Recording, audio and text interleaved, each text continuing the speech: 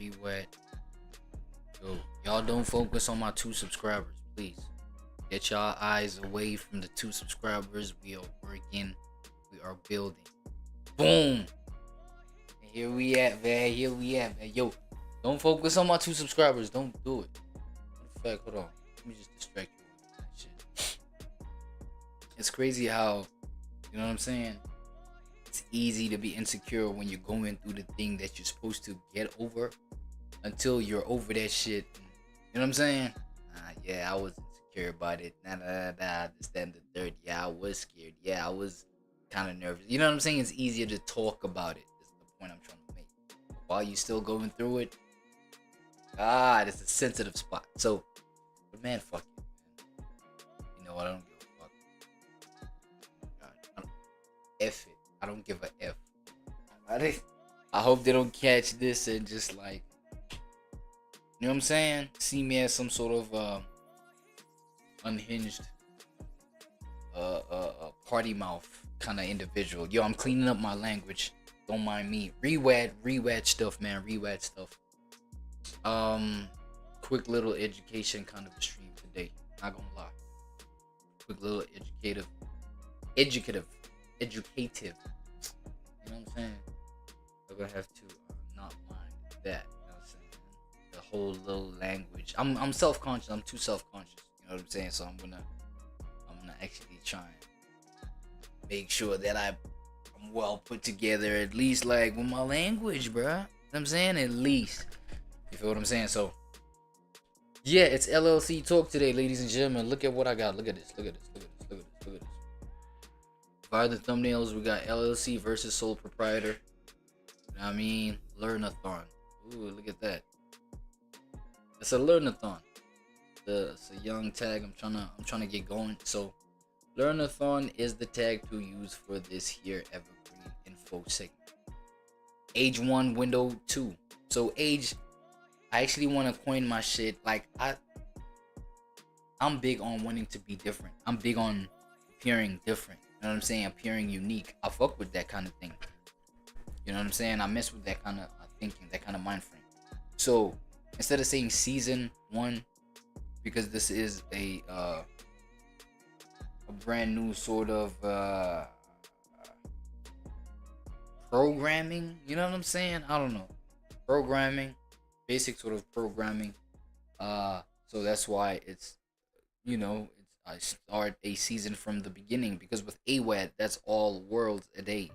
So there we just like react to all, I'd say, first person content creation type reaction, right?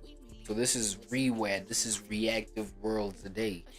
So I'm reacting to reactions, you know what I'm saying? So that's why these worlds is reactive out here. Let me just fix something real quick. You know what I'm saying? So the whole point is that we're it's just react. Reactions on top of reactions. You know what I'm saying? I just want to kick it in that kind of layer of the online universe at the moment. So, you know what I'm saying? That's ReWAD. That's why even with this title right here, and with this title on this one, right? Again, it's a learnathon. You know what I'm saying? ReWAD, Age1, window 2, StreamWindow2. The stream window is just another way of saying stream 2, episode 2, episode 1, whatever. I don't want to do the episode or the stream, you know what I'm saying? So it's a stream window. So when I open up the window, you see me kicking it. I kick it with you through my window. I close that motherfucker. It's time to go back to your own world. Time for me to go on ahead about my business, right? So that's just a window. It's like saying episode. And then age is like saying season, because it's the season for a new sort of programming. As I said, it's the age for the new program. Age of something. Age of, you know what I'm saying? It's the time for something. So yeah, man, it's all setting up an LLC. I really want to get into this thing. I will get into a reason why, dog. Actually, I'm gonna start off with that. I'm gonna start off with the main reason of why I'm gonna get into these content pieces that I just like saved on, right? So that I can share the reaction with y'all. LLCs for content creators. With this one, we're narrowing it down to content creators. You know what I'm saying? Start, the initiation of said LLC that I'm trying to set up. You know what I'm saying? Peep game, do your homework. So yeah, actually, let me straight up just jump into that, into why the thought just hit me intensely again to kind of take this opening up a company or some shit, or an LLC. I don't know. I'll find out what to coin this thing, or what the term that I'm looking for is. Right? Because I'm trying, like, that's how I'm trying to move. Why does this is not giving my history? What? This is my history. What's going on?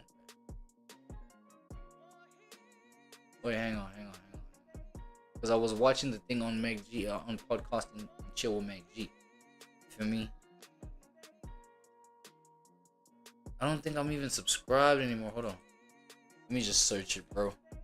My bad, y'all. You know what I'm saying? The keyboard, man, gotta bring it onto the thing.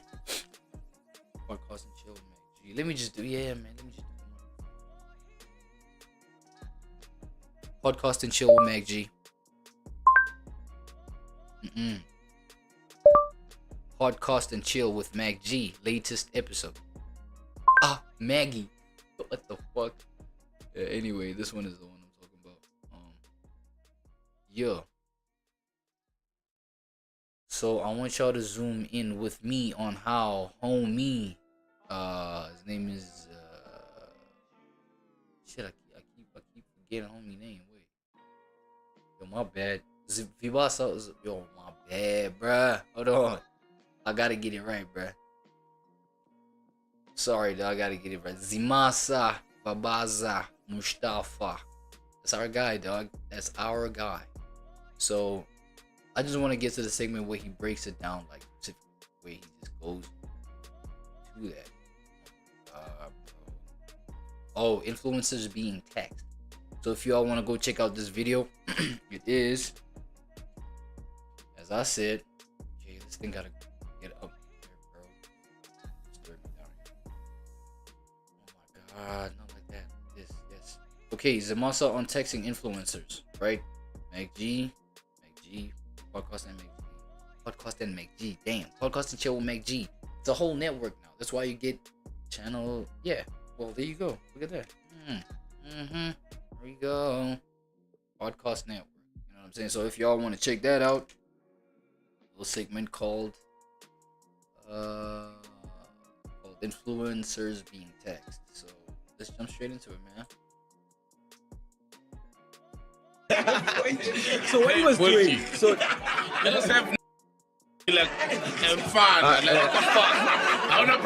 Alright, jump Let's straight chat into it. about, you dropped yesterday a video. I love your videos, by the way. Thank you. Yeah, the best, bro. Thanks, bro. You dropped influencers being taxed in SA. Yes. Please tell us more So, about that, bro. hey, Yeah, bro, man. it's so what's actually happening is that government through SARS have looked at what in the ether of what can be taxed in the country, right? And what is missing. So they think that there's R500 billion of money that is going missing in the country. Oh, and by the way, I'm not looking this up to get I'm not looking this up to, so that I can go on some sort of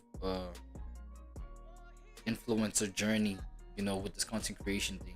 It's just, I feel like the information that I received here, that I heard on here, what I'm saying is, and I'm only just doing this right here because I prefer just,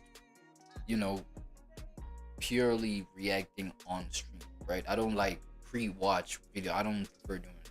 Like, I bumped into this. I was like, yo, let me just get into this on stream. But just a heads up, I'm not getting into influencer things, right?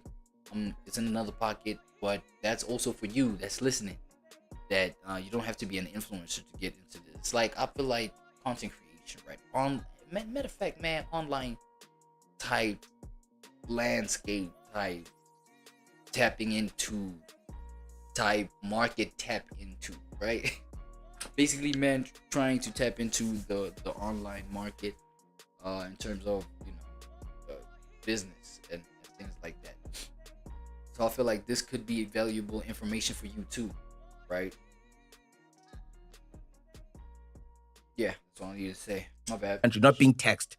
So as part of that $500 billion, the 500 billion. One more time. So they think that government through SARS have looked at what in the ether of what can be taxed in the country, right? And what is missing. So they think that there's R500 billion of money that is going missing in the country, not being taxed. So as part of that $500 billion, the 500 billion. 500 billion. Yes, that can still be taxed and put into the fiscus. So because of that, they've started to now micro target in different sectors. One of those sectors is the digital economy. Why this is important? Remember, when it was a newspaper publication, that money was clearly taxed. The Star, whoever, City Press, etc., those guys would pay their tax because they were getting a lot of revenue from companies wanting to advertise on newspapers. What has subsequently happened is that digital has taken a lot of money away from newspapers specifically, a little bit from radio. We know how radio things have also gone, but primarily from newspapers. That money is now sitting in the digital billboard, which is us. Now, government is saying, we are missing money here from a particular sector. Where has it gone? It has gone into digital.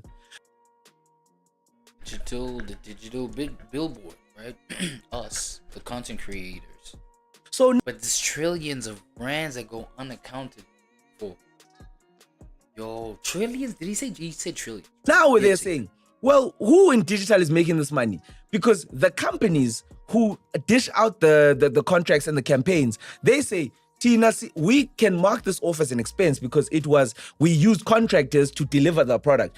Okay, are the contractors paying? Because remember, that money is still not going to Gov. Yeah. So Gov is saying, and then it's sitting with influencers. So as part of things like crypto, it's not just influencers, it's going to be the crypto guys, it's going to be other forex guys, it's going to be anybody who's doing things that were not necessarily primary to what Gov was and were not voluntary, but they were mandatory that you do it, but government wasn't focusing on it because maybe that revenue was not substantial enough. So that's what's happening. So they're looking at influencers and they're saying, you guys are now clearing as a group, as a unit, you're clearing a sizable amount of money every year, and we're not seeing the returns as Gov from that tax revenue. Taxable revenue, yeah. And what are the nuances like? So even if you like get gifting, for example. So that's the big thing. So and I'm sure you guys have also done this, where a company will come to you and say, look, we can pay you 80,000 Rand, right? And you say, nah, guys, actually this thing is it's actually worth 150. Yeah. Then they say, okay, can we give you maybe a car for 3 months at this rate? Yeah. Can Like we a trade exchange. like a proper tangible thing? Can we give you the phone after you review it? So don't send it back. But the phone is worth like 25. You understand? That speaker, that sound system. I was talking to another influencer, I won't say his name. We're at the YouTube summit thing, and he's like, I'm laughing at him. I'm like, dude, I've seen on one of your vlogs, you're on like 5 TVs now. Like he literally in his apartment has 5 TVs. Now, Gav is saying the value of that television, if that TV is a what, Ultra HD, 100-inch, what, you need to pay us for a portion of that. Hey, man. Wait, man. Yeah, baba. But I'm not selling the TV, so I've got the No. TVs worth 100K. But you I'm gonna take my own money You now. were remunerated in cash and in kind through a trade exchange, and the total value Oh. of this thing is not what you have put here. But what they're trying to do is they're trying to say that there is a monetary value, because there is. Yes, sharply, this guy's not using the TV, but if it was any other person who had just gotten a TV, you're getting an economic use out of that TV, but you didn't pay for it, and you need to be taxed for it. It's like how people in corporate will say, I can claim back kilometers that I drove for work. I can claim these things. It's a similar thing. You're basically taking something and you're not paying for it. If you got a tablet, if you got something else as part of the deal of you influencing, even makeup, even blush, even if they give you a Fenty pack that's worth 5K, you have to say, they paid me 25 and a 5K pack, so that was 30K. You understand? But a lot of influencers are getting one thing wrong. And I thought everyone was doing this in influencing until I spoke to a couple of guys at this YouTube thing. A lot of guys don't have small businesses. So they're not able to balance off the work that they do and the revenue that comes from that work versus what it costs to get the work done. Yeah, it all goes into their personal accounts. And that's a problem. It's like that guy. Who was that guy that took like 70 million, 170 million during COVID, man, with the many cars? That guy. Oh, Hamilton Global. He moved money through a personal account. You know, hundreds of millions. Like, Aibo, chief. Don't do that. Wait, that's no, what- no, that's impossible. Wasn't he getting government tenders? You can't apply for a tender with your personal bank No, account. Boichi. You need to be an Boichi, layer 2 was Boichi, which one is that one? Boichi. No, I'm saying Boichi. Boichi, which one now? So what he was doing? So They just have nice ways of calling you like fine. Like, what the fuck? I'm not I went- fine. What the fuck? I went to those schools. No, it's a rugby term. yeah, It's like, yo, yeah, dude, it's like, a- bro, come on, but it's a term of endearment. Come on, boy, yeah, let's go. Yeah, it's a Yeah, it's rugby a term of policy. endearment. Drink Yeah. up the water. So So layer 1 is I get money in, right, as Yeah. a business. Layer 2 is how do I get the money to myself? Oh, transfer. Out. It's an So account. remember, he was using multiple things. So he was then sending money. He has to send it to a central point. So he doesn't send it business to business. Some of these transactions are going to his personal. And that's when SARS goes, I lula the case. Because you're meant to, whatever goes into your personal account, sharp, you've got to say, SARS like, 40% scope. I saw that 40%. Even from your own business. that No, was already taxed. no. What comes to yes, you're correct. Yeah. If it comes to you, that's personal usage. So you get taxed on that. Whatever's left in the business, post its operational expenses and what it's done, they will take 28, 27. You can fact check me on that. They will take that. So he was moving amounts so large into personal accounts that he owned. So now that's how things up at SARS. So same thing with influencers. If you move a lot of money into your personal account, bro, 40% of that obviously relative to your where you fall in terms of your brackets, your tax brackets. But if you are a decent influencer who's making like a bar plus, hey bro, you 40% minimum is going. So the smart way is to Open a company. Yeah. Well, you're not screwed, but like they taking off a chunk, a really big chunk of your cheese, right?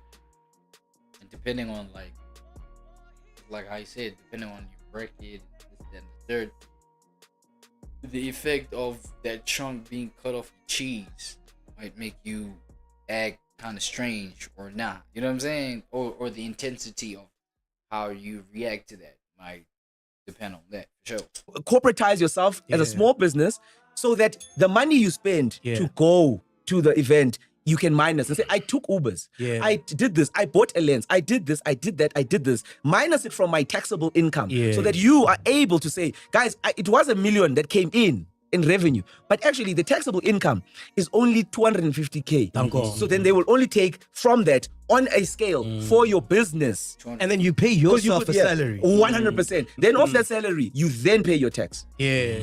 And if it's not just influencers, even DJs. Some DJs don't have business accounts. Yeah. It's actually critical to employ yourself. The gig money lot. goes into the personal Yeah. accounts. oh wow. Yeah. We've heard of DJs who, Devon July weekend, it's like, my rate is 20, but you know what? Nigga, 10 in cash when I get there, then 10 put into my account. Yeah. yeah. Then they come back and they fly in charter jets back with the man. 'Cause Yeah. They've done like 15, 20 gigs that week. Yeah. Yeah. Fan checker, you had your hand up?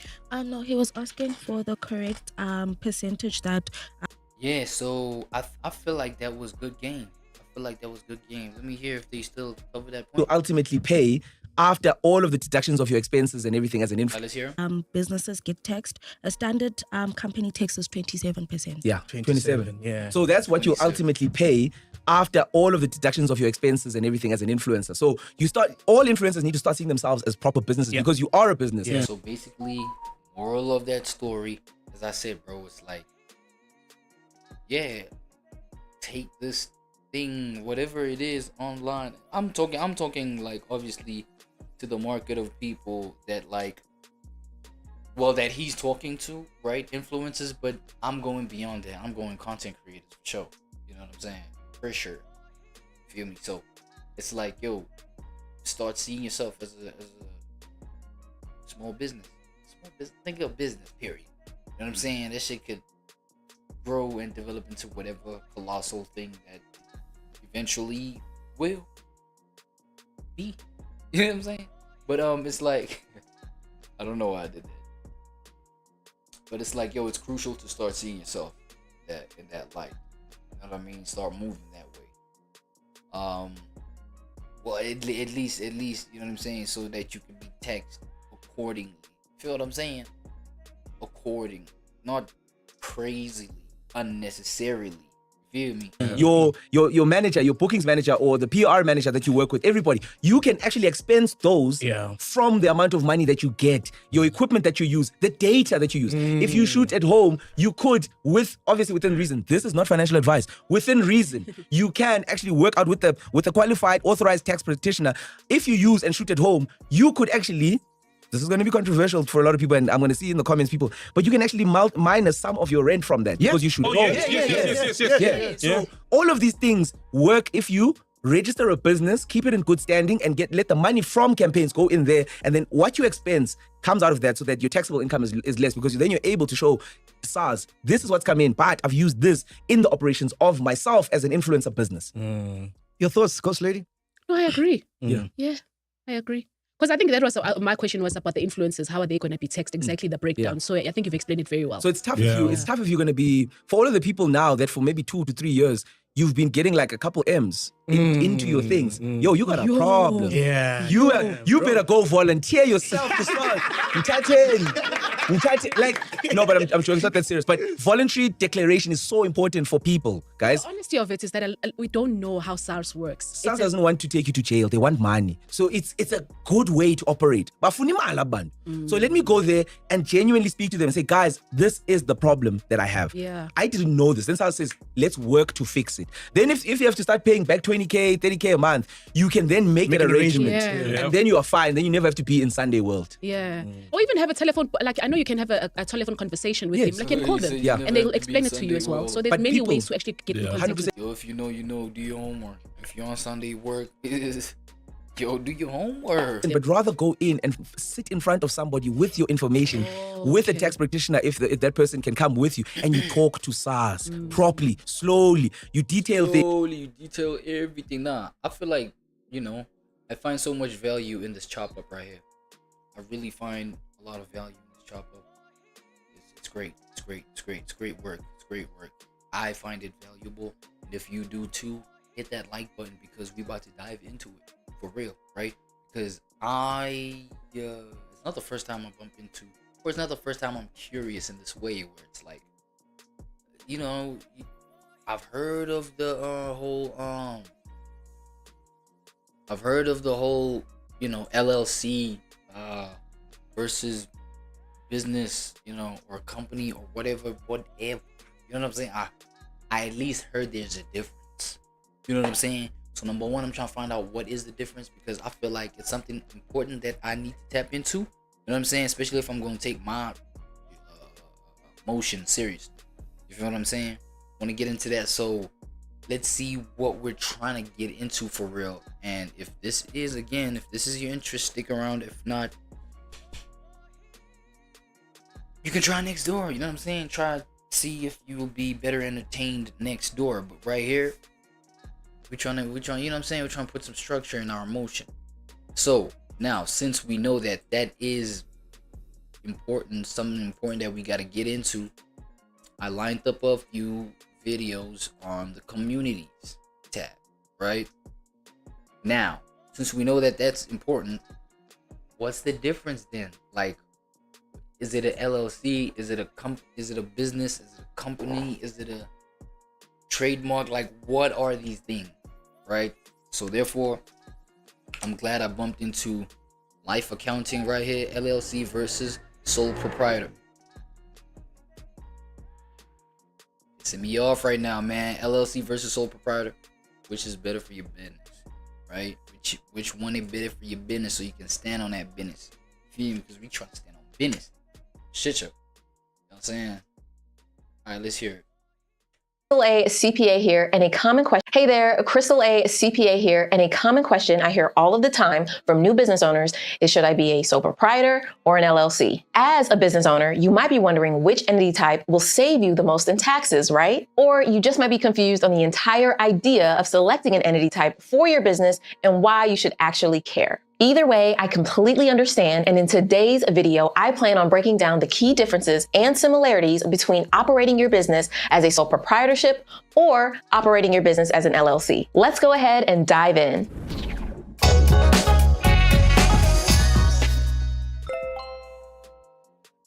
So let's start with sole proprietorship. What is it? Well, according to the IRS, a sole proprietorship or sole proprietor is someone who owns an unincorporated business by him or herself. That's that business. Oh, I would go ahead and then guess that, you know what I'm saying? Sole proprietor is you solely, right? So it's business because it's solely yours, right? And the company is a collective. Company is like it's a collective now, right? So it's a collective of these entities that come together, become a company of motherfuckers, you know what I'm saying? Of mofos, well, you know what I'm saying? It could be a collective of company, a collective of, yeah, right? Coming together, create the company.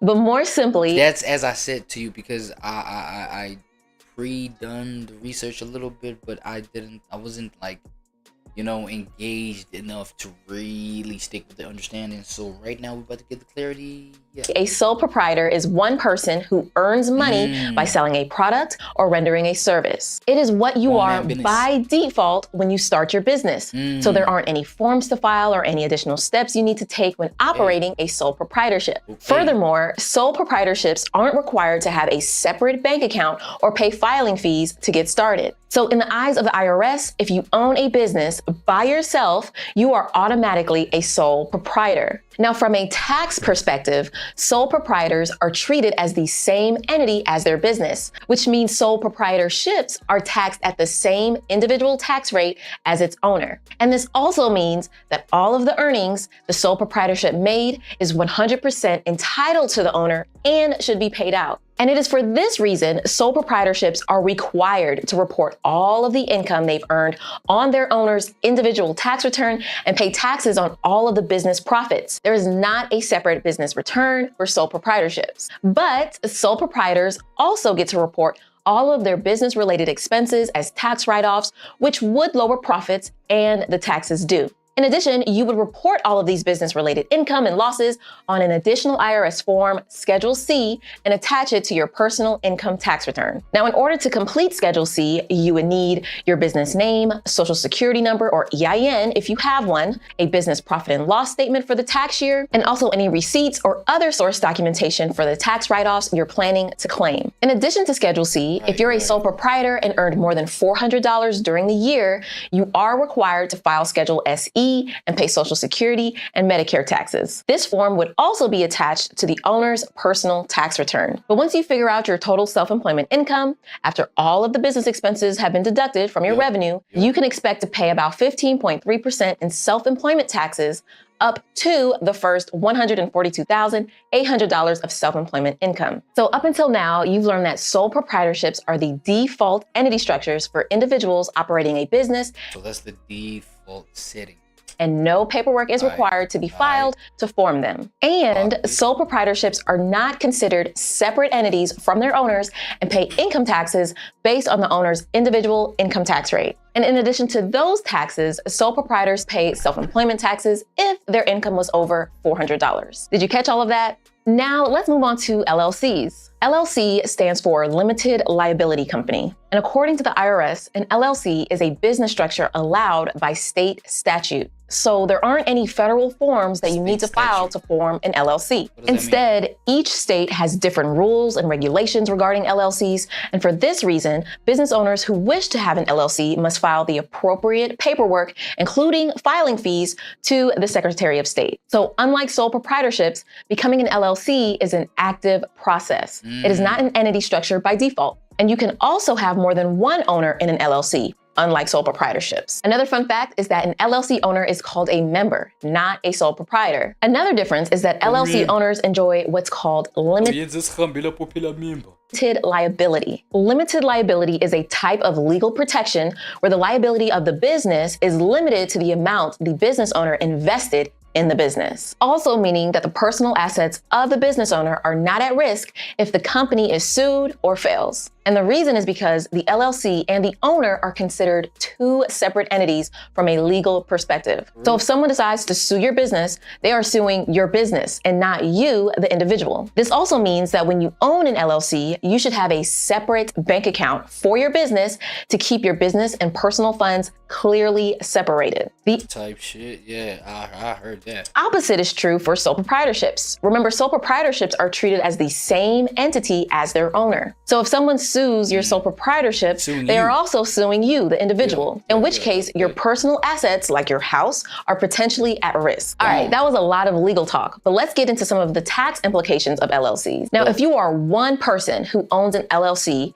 and you don't make any tax elections, the IRS considers your LLC to be a disregarded entity by default. This means that the LLC's business activities should be reflected on the owner's federal tax return, very much similar or the same as a sole proprietor. The business activities would be reported on Schedule C, and the taxes owed would be based on the owner's individual tax rate. And the owner would still be liable for self-employment taxes on the LLC's income. However, and here's where another major difference happens between LLCs and sole proprietorships. LLCs that do not want to accept their default tax classification can use Form 8832 to elect how it will be classified for federal tax purposes. So LLC owners can actually choose if they want their LLC to be taxed as a partnership or corporation. Or LLC owners can use Form 2553 to elect their LLC be taxed as a S corporation. Now, deciding on whether to elect All of this jargon is just making me dizzy right now. It's a whole lot of I was about to be, controversial. I was about to be controversial. So I'm just saying it's a lot to deal with here. elect a certain tax treatment or go with the default method for LLCs is a personalized decision and depends on a number of different factors, such as your business income, your goals for the profits of the business, and investor involvement. But for the purposes of this video, you just need to understand that you have more flexibility in how you want to be taxed when you are an LLC. You just have to file the right forms. To recap here, some of the pros and cons of a sole proprietorship are, starting with the pros, no cost or formal process required to start, simple tax filing, and owner is entitled to all profits. The cons of sole proprietorships include owner is personally liable for losses and lawsuits, and it may be harder to raise money from investors because of the lack of legal separation between owner and business. The pros of LLCs include owners enjoy limited liability or protection of their personal assets, flexible tax treatment, and possible to have multiple owners. The cons of LLCs include filing fees to form and annual renewal fees, paperwork to file with the state, and even more paperwork to file if the owner chooses to be taxed differently. So which one will you choose for your business? Or I don't know which one to choose. Oh, she said more paperwork for the and then after that is more paperwork for the thing. What? Oh my god, bruh. That's crazy. Okay. What we got here, bruh? Okay, homie over here talking about more for the that's me. That lot. This title right here is me. Okay. That's for the community that just pulls up. So pull up, like, subscribe, do all that jazz so that you can be notified when I'm about to upload, because that's, you know what I'm saying? Whatever you get here is what we about to break down on the thing. So homie right here talking about LLCs are one of the most popular business structures in 2025, and it's no surprise why. They offer most popular. And why are they so fucking, you know what I'm saying? It's so hard to set up, bro. Why are they so much work? But I guess, you know what I'm saying, you gotta be able to be that kind of human being, I guess. This being in the way, I ain't gonna lie. But you gotta be able to be that kind of human being, the kind to be able to put that work in, what's necessary, where you trying to get. You know what I'm saying? LLCs are one of the most popular business. Oh shit, do we check this one out? I don't think we even checked this one out. How to set up an LLC in 2025 from start to finish, step by step. How long is this video? 10 minutes? Hey, about to make it nice and concise to the point. That's what we like, man. That's what we like. Carlton Dennis, let me see if I really mess with your content to be messing with this button right here. See this bad boy right here? Hold on. Much value with this one. But let's see if this value can be extracted from here so that we can go ahead and do that. Business structures in 2025. LLCs are one of the most popular business structures in 2025, and it's no surprise why. They offer personal liability protection, they offer pass-through taxation, and they're relatively easy to operate and maintain. So in today's video, I'm going to walk you through the complete step-by-step process of forming a brand new LLC in 2025. Whether you're just exploring the idea or you're already committed to setting one up, this guide will help you to understand everything you need to know to get your LLC officially up and running. Without further ado, let's get started. Let's do it. All right, guys, welcome on. Step number one is we're going to talk about selecting a name for your LLC. The very first thing of your LLC to-do list is choosing a name. This isn't just about branding. It's also about legality and clarity. The name you pick should clearly reflect your business and help potential customers understand what you offer. So a name that's too generic or too abstract might cause confusion and might dilute your business presence. You also need to include an LLC designator at the end of your business name. Most states require something like LLC or L.L.C.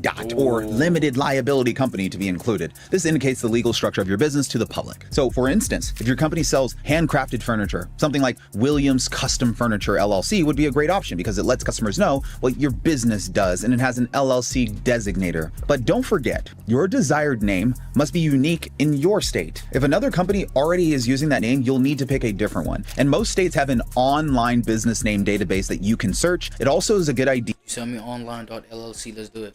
To check the web domain name and availability at the exact same time that you're searching. Go up the description below and you'll see what I'm talking about. If the business name is available. Sometimes the business name will be available, but then the website domain name will already be taken, which is so frustrating. Your website URL should ideally match your business name to maintain consistency across your branding. Also, consider checking social media handles. You want to ensure that they're available and consistent across platforms like Instagram, LinkedIn, Facebook. A unified brand presence will make your business appear more professional and trustworthy. I made sure when I was setting up Tax Alchemy back in 2019, 2020, that I was able to get the Tax Alchemy Instagram account, the Tax Alchemy Facebook account, the Tax Alchemy LinkedIn, the Tax Alchemy website. I ain't gonna lie, my boy, listen to me, bro. Listen to me. My bad. Sorry, okay? Look at me. Look. I'll go ahead and do it. This is not you cooking. Look, that's step-by-step shit. You know what I'm saying? That's that layman term. That's that layman process. That's that layman level type process. I appreciate the pump out of that. I ain't gonna lie. And then I started doing alternatives, taxalchemyadvisors.com, taxalchemytaxplanning.com. I just wanted to make sure I truly own that domain name. All right, let's go to step number two. Step number two is appointing a registered agent. Once you've locked in a name, the next step is to choose your registered agent. This is the person or company responsible for receiving legal paperwork, so you can outsource that, right?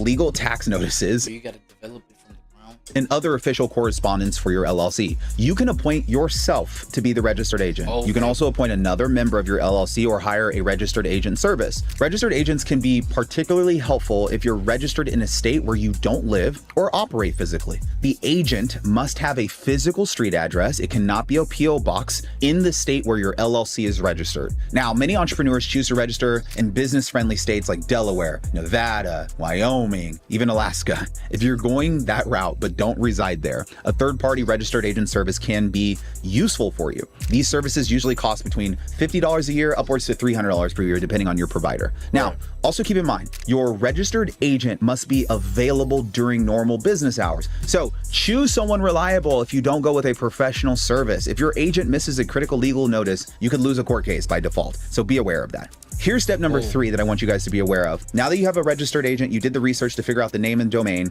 you're going to file what's called Articles of Organization. The Articles of Organization are the legal documents that officially bring your LLC into existence. Each state has its own filing requirements, but most forms will ask you for the same things. What's the name of your business? Where's its physical address? What's the purpose of the business? Who's the registered agent? And this is how the business is managed, as in, is it member managed? Is it manager managed? What is going to be the length of time the LLC will operate? Where are the signatures from the other members? Some states still require a public notice, like publishing an ad in a local newspaper before your LLC can be approved, which is annoying. It's a bit of an old school requirement, but it's still on the books in a few places. Now, typically, you'll file these documents with your Secretary of State's office. This office can typically have an online portal for you, so you can expect to pay a filing fee, which generally ranges from about $50 on the low end upwards to $350 on the high end, depending on your state. In some states, they'll expedite the processing of this, which will make it even better for you, but it'll cost an extra fee if you're in a hurry to launch your business. If you're unsure about what to put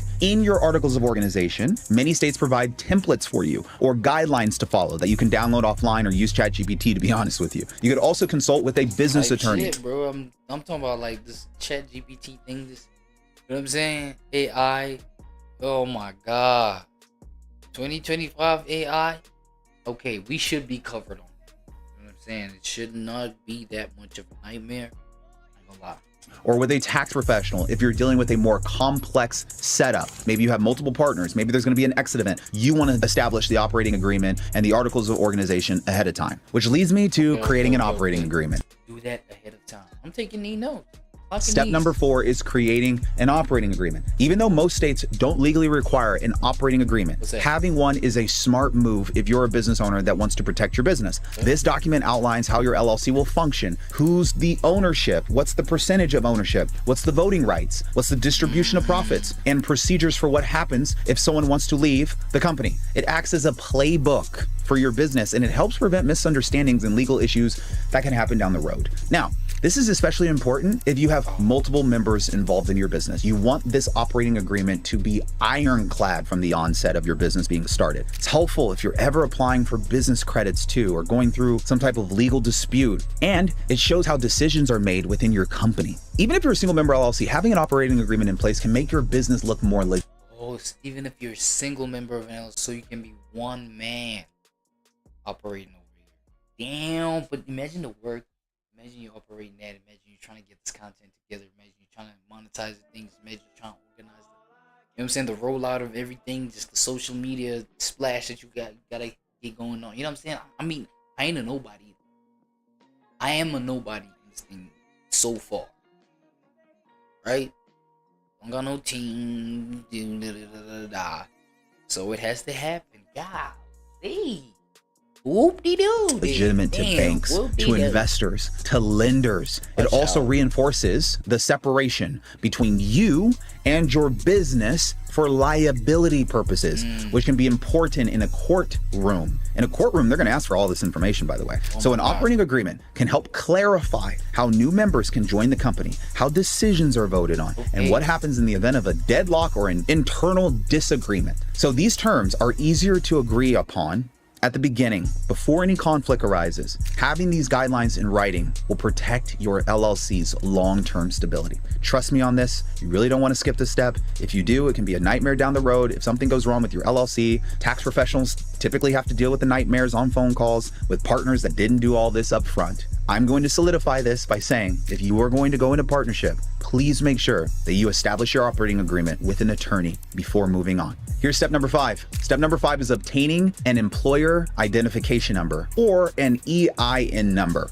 After your LLC is registered with the state, the next step is to get the EIN number. The EIN number comes from the IRS. Think of this number as being like your business's social security number. It's how the IRS tracks your LLC for tax purposes. You'll need an EIN number to go open up a bank account, to file taxes, to hire employees. The good news is you can get one for free directly from the IRS website. You don't have to pay for this one. And it only takes a few minutes when applying online. You'll receive it instantly once your application is approved. If you're working with a partner or you're launching a multi-member LLC, please make sure to keep a copy of the EIN confirmation letter for your records. You'll likely need it again when working with banks, applying for business licenses, and filing your tax returns. Additionally, certain vendors and suppliers may require your EIN before allowing you to open up a business account or extend trade credit. If you apply for a business permit or license at the local or state level, you will 100% need the EIN number for these applications. It's one of the foundational steps to running a fully compliant and operational business. This is why it's so required. Step number 6 is setting up a business bank account. Now that you've gotten your EIN and your LLC is legally recognized, you'll want to keep your business finances separate from your personal finances. So you're going to have to open up a dedicated business checking account that is key to protecting your liability status and staying organized when it's time to do your tax returns. Please make sure everyone who should have access to the account, such as co-owners or managers, is added appropriately. As I just mentioned, many banks will ask for your EIN. They may also ask for your articles of organization and possibly your operating agreement when you're opening up a bank account. These are some of the things that they look for. Consider applying for a business credit card as well. This can help you track expenses, build business credit, and even earn rewards or cash back depending on the card you choose to utilize. Some online banks and fintech platforms offer streamlined business accounts with low or no fees, so it's worth comparing your options before choosing where to open up your business account. Next is step number 7. Step number 7 is keeping your LLC in good standing. This is the last step. It's also one of the most important. Setting up your LLC is just the beginning. You also have to maintain it. That means staying compliant with your state's laws. Many states require you to file annual reports or pay renewal fees to keep your LLC active. Did you know that? So failing to do so can result in penalties, or worse, your LLC could be dissolved by the state without you even knowing. You don't want to forget about the federal, state, and local taxes. Staying current on all of your obligations will keep your LLC in good standing and your business running smoothly. You might also consider working with a tax professional that knows what he's talking about. You might want to have a tax professional on your team, or an accountant at the very least who understands LLCs to help you stay on track as your business grows. A tax accountant is perfect for helping you account for your business income and your expenses and file. That makes sense though. That's why in that previous video, that lady was like, yo,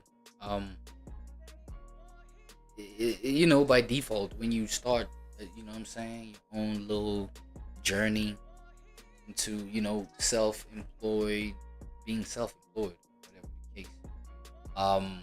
She was like, yo, by default, you're a sole proprietor, right? You're in that sole propriety type phase, sole proprietor type phase. So I feel like kicking it there, you know what I'm saying, and kicking it there and advancing to a point where you can do things like afford, you know what I'm saying, the outsourcing of legal professional to you know what I'm saying, help guide through these things. I feel like that's more of a sensible approach. You know what I'm saying? I don't know. Leave comments down below if y'all agree with that comment. So, man, I really want to get my claws all up in this LLC game, in this, you know what I'm saying? Just like what is it? Protection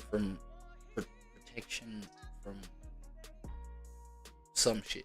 You know what I'm saying? Yo, some stuff. I'm just trying to protect it while I run my stuff and not be just like, to not go through or not step on unnecessary landmines because of my ignorance. You understand what I'm saying? So I'm trying to move optimal out in these streets. I don't know, man. There's more. Let's go. Let's chop it. Right here we got. But I feel like that previous one was a little bit more like informative. LLCs for content creators. Now we narrowing it down to content creators, people who do this online thing, aka the influencers, blah blah blahs, all that. You know what I'm saying? Okay, let's hear what my boy over here got. So if you clicked on this video, you're probably a content creator or an aspiring content creator, and you're asking yourself, do I need to create an LLC? Well, in this video, I'm gonna go over good question, right? Yo, admit it. Good question, right? Let's get it. Everything you need to know about LLCs for your content creation business, the pros and cons of having one, as well as how you guys can set one up for a very affordable price. I'm a content creator myself. I've been doing this full time for almost Oh, sheesh. Okay, I think this is where we gotta kick it for show. Hold on, let me give you one of that. Let's get it. 3 years now. And yes, I do have multiple business entities for my content creation business. And yeah, we'll just basically go through everything you guys need to know. Because trust me, I've spent a lot of time researching this. First of all, let's go over what an LLC is, right? So LLC basically just stands for limited liability company. And when you form an LLC and start making money through the LLC versus personally, then there are some definite advantages to that. So let's go over those advantages right now. The first is going to be reduced liability, right? So in the case that anything bad happens, let's say you make content and someone watches the content, tries it out, falls and tries to sue you, then they can't actually come after your personal assets. They can only come after the assets which are under that LLC. So that's really great because normally most people don't keep that much stuff. And another question is, why would they want to do that? Just off of watching your video, trying to imitate you, and then when they fail, they try to sue you? Who does these things, bro? Are these human beings or assets within their business? And so yeah, they can only come after those assets and not your personal home and other things like that. When it comes to a business, an LLC always looks more professional than having a sole proprietorship, and that's probably what you guys are right now. So instead of them paying you by your name, they're going to pay your LLC, and that LLC is going to flow from the LLC to you personally. It's actually a very simple tax structure because an LLC is considered a pass-through entity, meaning any money that you make within that LLC gets automatically passed through through to your personal income report. It's not a true corporation where you're subject to double taxation. Rather, you're still only taxed once. It's just in a different form. Probably the biggest benefit when it comes to having an LLC is that this can actually probably save you a lot of money on taxes. Now, I will say an LLC by itself does not save you any money. It's exactly the same as being taxed as a sole proprietor, meaning you're paying a 15.3% self-employment tax on all the income you're making. But you guys, you can actually elect your LLC to be taxed as an S Corp. This is very easy. You simply file one form and this can save you a lot of money. So what I recommend you guys is if you make over, let's say $40,000, $50,000 in net income in your content creation business, and by the way, that's per year, then electing your LLC as an S Corp or just going to create an S Corp by itself is going to save you some money. I'm not going to go into all the details in this video since I want to keep this video simple, but I do have a ton of other videos on this channel going through that exactly. Now, what are some of the cons of having an LLC? So the first one is going to be cost, right? The cost to form an LLC is not completely free. You're going to be paying state filing fees. Some states do have minimum state taxes for LLCs, so you will want to check depending on what state you're in. LLCs are just a bit more complicated, where I would recommend hiring someone like an accountant to look over your stuff. And then when you guys elect as an S Corp, hiring that accountant, man. I'm saying I gotta. For your LLC, that's when it gets even more complicated. You need to run payroll. I definitely recommend getting an accountant when you do that. But you guys, like I mentioned, these savings can be pretty massive. There's also annual paperwork that you guys. That's what I'm saying. That's why I be tweaking out a little bit. Like, I be glitching. Because these savings, you know what I'm saying? To make sure that you're taking care of, like, these costs, bro. Obviously, outsourcing an accountant is gonna cost something. I'm talking about the initial stages where you're still that, by default, you're still that sole proprietor, right? But then at the same time, you're trying to like advance to a point where you can pay somebody like an accountant to advance your whole structure into an LLC. You feel me? As might need to do depending on what state you're in. But yeah, definitely some cons, but I'd say the pros definitely outweigh the cons in most cases. The pros outweigh the cons. Okay, my boy Jason. Okay, his name's not really Jason. Was that racist? My boy Startup Wise. Thank you, Startup Wise. Yo, sometimes you just need a little bit of that reassurance. I'm not gonna lie. So let's hear from my boy right here, Startup Wise, how these pros outweigh these cons, right? Now you might be wondering, do I pretty massive? There's also annual paperwork that you guys might need to do depending on what state you're in. But yeah, definitely some cons, but I'd say the pros definitely outweigh the cons in most cases. Now you might be wondering, do I actually need to have an LLC when doing my content creation business? I'll say when you're just starting out, you don't need one. I was doing content as a sole proprietor for maybe half a year before I started. Half a year? This guy went 6 months with it? My first business. And how on the ground was you, right? How down bad was you? I think that also kind of starts taking an effective position when we start thinking about how long it's finna take us to, you know what I'm saying, graduate from that sole proprietor mode to LLC mode, right? Entity. And yeah, I'd only recommend it if you're actually making consistent money with doing brand deals, AdSense, and whatever else. Otherwise, just so you do so it's by default. Nigga, listen to me. You are going to start off with so I wanted to just jump in. But then that's why I kind of felt overwhelmed in that previous video where it was like, all this jargon, all the what paperwork, what? You feel? But like, yo, I get it though. Like by default, it only makes sense for, you know what I'm saying, for things to go that way.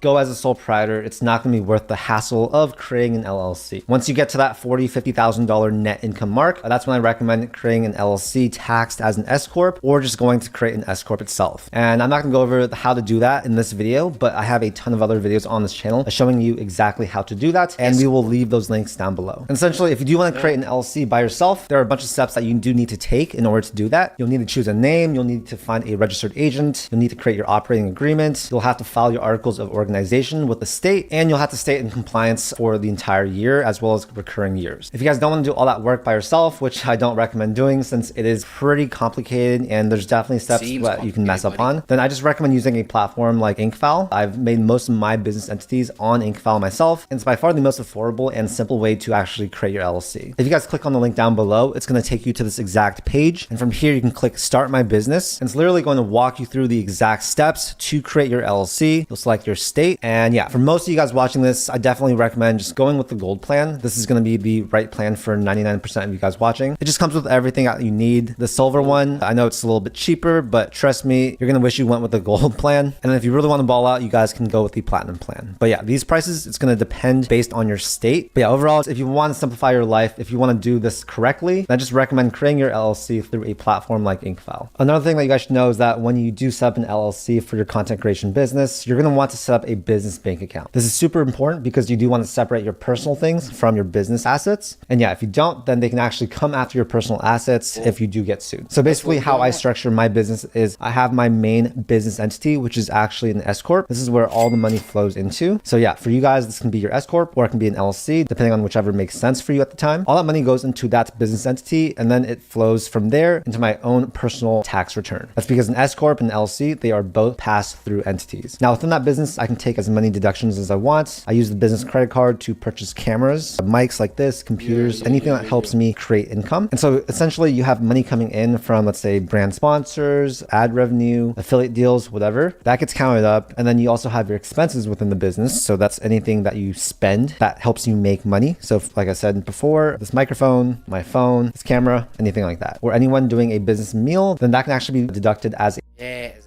a business tech write-off, a business write-off. Well, I just really encourage you guys to do. Hey, I'm getting this thing. No, I'm getting excited because we're getting somewhere, Doc. Whoop-de-doo. Is if you're taking content creation seriously, then yes, having some type of I ain't gonna lie, bro. This really helping nigga. business entity where all the money flows into that business entity definitely does make it a more professional business. But will it save money compared to a sole proprietorship, which is what you're probably using by default? Then the answer is maybe yes, maybe no. It just really depends on how much protection you want in case you do get sued, as well as how much money you're making. Now we do want protection. So I'd say, you know, the moral of the story here, bro, it is the protection. Yourself, you know what I'm saying? Your personal assets versus things that, you know, people can go for. And even though people can go for that, it is also protected by its own laws as an LLC. You know what I'm saying? As something within an LLC structure. So that's beautiful. You know what I'm saying? Doing that, but then also learning the fact that you do start off as, you know, by default, a sole proprietor. You feel what I'm saying? You work your way up into LLC mode. And then, you know, you do your necessary outsourcings and things like that as per, you know what I'm saying, how things are supposed to operate within all of that. You know what I'm saying? So it is something that we can get into, my friends. And I'm really kind of, you know, I feel like it's things like this that get me like really, not really, but like have sort of an excited, enthusiastic, optimistic, on some shit, you know what I'm saying? Type of outlook within this journey that I'm, you know what I'm saying, that I'm on for my own self. And, you know, learning these things, you know, learning how to stand. You know what I mean? And this is like regardless of like the kind of result that I'm obviously expecting eventually. You know what I'm saying? But if I can like help myself structure some things, especially with this online content creating type business, you know what I'm saying? Type income, type stream, type operating system that I'm trying to build for myself. You know what I'm saying? Like, yo, I feel like regardless of the result, you feel me? It's more the confidence that I'm finna gain knowing that at least you got the right things, the right structures on your side, so that when the operating gets operating, Yeah, man, you know what I'm saying? You got the right kit on. You're fit nice. You look good going through these trials and tribulations. You feel me? You look good in your 3-piece. You know what I'm saying? In your little 2-piece. You know what I mean? Your little onesie. Maybe. You know what I'm saying? This is just an example. You feel what I'm saying? Who would want to go out to like some serious event outside in a onesie? A Gen Z, my boy. You know what I'm saying? So that's why we here as siblings, my Gen Z peoples. We really got to get this thing going, because that Mustafa video where he was like, yo, these niggas, bro, they actually appearing to the tax man as if they're evading this tax, bro. And that shit is crazy, because they be making this money. You know what I'm saying? And before my chicken, before my cheese, before my bag gets all fat and chubby and hefty and colossal, oh, you feel? We gotta know how to position ourselves the right way, move the right way, do the right thing type of shit by ourselves. It's only right, people. It's only right. You know what I'm saying? Oh yeah, this is the guy that I'm talking about. That's something interesting. Mustafa Vabaza. You know what I'm saying? Our South African influence evading tax. Look at that. You're automatically evading tax if you're not. Look at that, bruh. And that's a crime. And I don't want to go into that slam. Yo, I experienced a little bit of like how that could turn out. You know what I'm saying? I'm gonna leave that there. Period. Point blank. Period. Over there. Listen to this guy, bro. The glamorous world of South Africa's social media influencing just got a reality check. Type shit. You see, the South African Revenue Service, SARS, has officially now set its sights on content creators. People like myself. They're making it clear that the days of treating freebies, sponsored trips, and are over. With over 500 billion rand in unpaid taxes at stake across the economy, influencers and creators have found themselves squarely in the crosshairs of the country's most determined and efficient tax collector. Okay, what we first need to understand is that social media has fundamentally transformed how we consume content and how businesses reach their customers. Nearly 78% of the global population now uses some form of social media, and South Africa is no exception to this. Local influencers, people like Cyan Bougie, Bonang Mateba, Mihlali Ndamase, Somizi, and Black Coffee, these people have started to command audiences well into the millions, wielding influence that traditional advertising agencies could only dream of. Now, this shift hasn't gone unnoticed by brands. Marketing budgets that once flowed to established advertising houses are now increasingly being redirected towards individuals with sizable social media followings. Companies and brands are now contracting these social media personalities to lend their image on digital platforms, fundamentally changing the advertising landscape in South Africa. But remember, where money flows, tax obligations, those things will follow. In August of 2024, SARS expanded its taxpayer segmentation model to better serve different types of taxpayers. The traditional categories, which included things like standard taxpayers and large, small businesses, these things had to change or evolve. 3 new segments were added: national and provincial governments, social influencers, and also those who do gigs, the gig economy.